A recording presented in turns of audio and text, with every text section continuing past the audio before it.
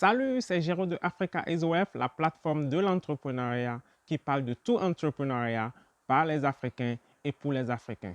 Et pour ne manquer aucune de mes vidéos prochaines, je t'invite à t'abonner à la chaîne Africa is Wealth sur YouTube, mais aussi de suivre et de liker la page Africa is Wealth sur Facebook. Il y a aussi Africa is Wealth sur Instagram que je t'invite à suivre. Dans une vidéo précédente, je t'avais donné le secret pour influencer et dominer. Eh bien, dans cette vidéo, je vais plutôt te parler des 7 clés. Les 7 clés pour influencer et dominer. La toute première clé, c'est la richesse. Tu conviens avec moi que le riche, quand il parle, tout le monde a tendance à prêter attention à ce qu'il dit.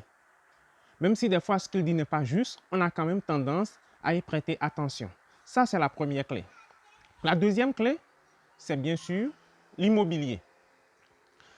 Quand tu as assez de domaines, quand tu as assez d'immobilier, tu as des terres, tu as des immeubles dans une ville, dans un village, ou je ne sais pas, où que tu sois, quand tu es propriétaire terrien,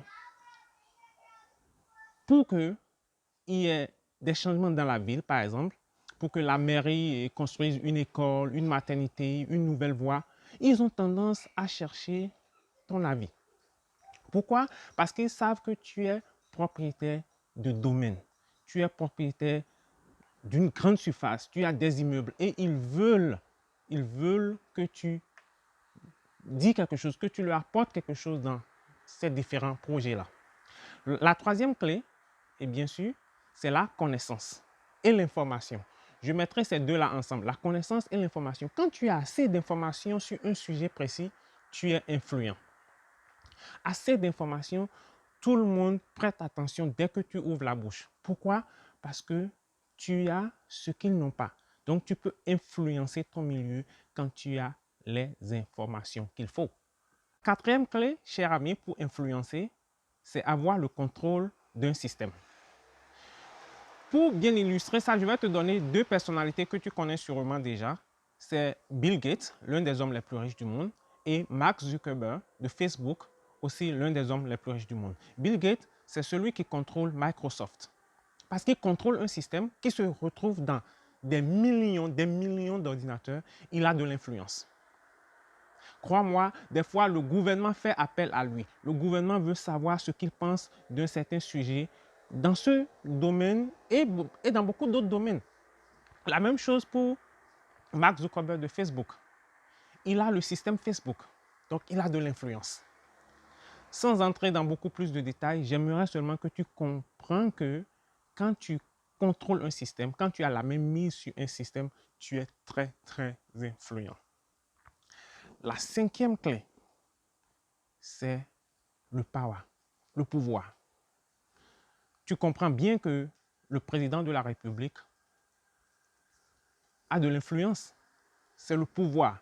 Il y a le pouvoir politique, le pouvoir religieux. Il y a d'autres pouvoirs que je ne me mettrai pas ici à citer, mais comprends tout simplement que tu deviens aussi très influent quand tu as le pouvoir, quand tu as le power. Et la sixième clé, c'est avoir une audience.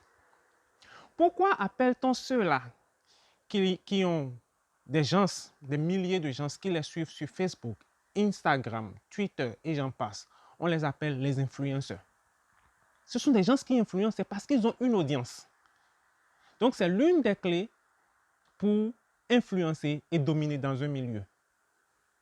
Tu dois avoir une audience. Moi, par exemple, je peux t'influencer négativement et positivement parce que tu fais partie de mon audience. Mais compte sur moi pour ne que t'influencer positivement. Sur Africa SOF, pas de négativité, toujours la positivité. Toujours te dire que c'est possible et c'est possible. Et la septième clé, c'est la spécialisation. J'en avais parlé dans la vidéo précédente. Quand tu te spécialises, quand tu deviens le manguier, et la mangue ne vient que de toi, tu portes un fruit. Et les gens veulent ce fruit-là. Les gens veulent ta mangue. C'est ça la spécialisation. Et j'aimerais bien que tu comprennes que les 6 autres clés découlent de la 7e clé, de la spécialisation. Qu'est-ce que je veux dire par là? Par exemple, quand tu te spécialises, quand tu es expert dans un domaine et qu'ils ont besoin de ton fruit, et bien sûr, ils viennent vers toi. Ils veulent ton fruit, n'est-ce pas? Et par ricochet, ils te payent. Donc, tu deviens riche quand tu te spécialises. Et quand tu es riche, avec cet argent-là, tu peux acheter des terres. Avec cet argent-là, tu peux influencer la politique. Donc, tu as le pouvoir. D'accord?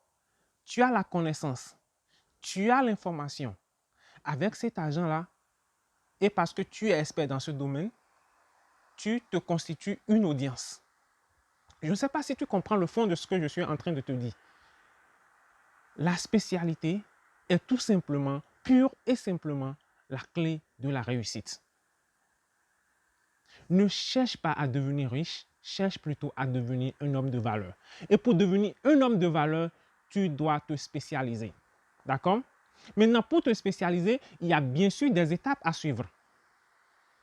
Par exemple, pour que la mangue pousse, il faut mettre la graine dans un sol fertile, n'est-ce pas? Et il faut maintenant apporter des investissements. Ces investissements-là, ce sont l'engrais, l'eau, les soins, jusqu'à ce que l'arbre pousse et commence à porter des fruits. Et commence à porter des fruits. C'est la même chose que pour nous humains. Si tu es dans un milieu stérile où tu ne peux pas germer, tu ne peux pas porter de fruits. Et par conséquent, tu dois sortir de ce milieu-là. Si tu es dans un milieu où tout le monde est négatif, où personne ne pense à construire quelque chose, à créer quelque chose, ou bien innover quelque chose, le moment est venu pour toi de sortir de ce milieu-là. Les gens se prennent ça pour de l'arrogance, mais ce n'est pas de l'arrogance. C'est parce que tu cherches tout simplement à écrire ton histoire. Tu dois écrire ton histoire avant de quitter la planète Terre. Dans une vidéo, j'ai dit que tu nais une année et tu pars une autre année. Le petit tiret entre ces 2 années-là, comme nous le voyons sur les tombes, c'est ton séjour sur la Terre. Donc, ton séjour est très, très court. Et tu veux t'assurer que tu l'as vécu comme il faut. D'accord? Donc, pour porter des fruits, il faut investir en toi-même. D'abord, tu dois trouver un sol fertile, comme la graine de mangue. Tu te mets dans un sol fertile, c'est-à-dire dans un environnement pour te booster, pour te donner le knowledge. D'accord? Un environnement où les gens suivent un peu ta vision. Ils voient ce que tu aimerais faire et ils sont prêts à t'accompagner. N'importe qui ne veut pas te suivre, écarte-toi de celui-là. C'est très, très simple. D'accord? Et comme je le dis, il faut des investissements. Tu dois investir en toi. Tu dois passer du temps à étudier, à lire, à faire des recherches. D'accord? Tu dois investir en toi. Ce temps-là, ne l'utilise pas pour regarder la télé, par exemple. Ne te mets pas devant la télé de 18h jusqu'à minuit. Ce temps peut être utilisé sagement. Tu peux utiliser ce temps-là pour faire des cours, et pour étudier, pour mûrir un projet, etc. Tu dois investir en toi-même. Tu dois acheter des livres. D'accord? Tu dois lire tout le temps. Tu dois mettre dans ta tête rien que de l'engrais. D'accord? Tu mets des investissements pour pouvoir porter un jour un fruit.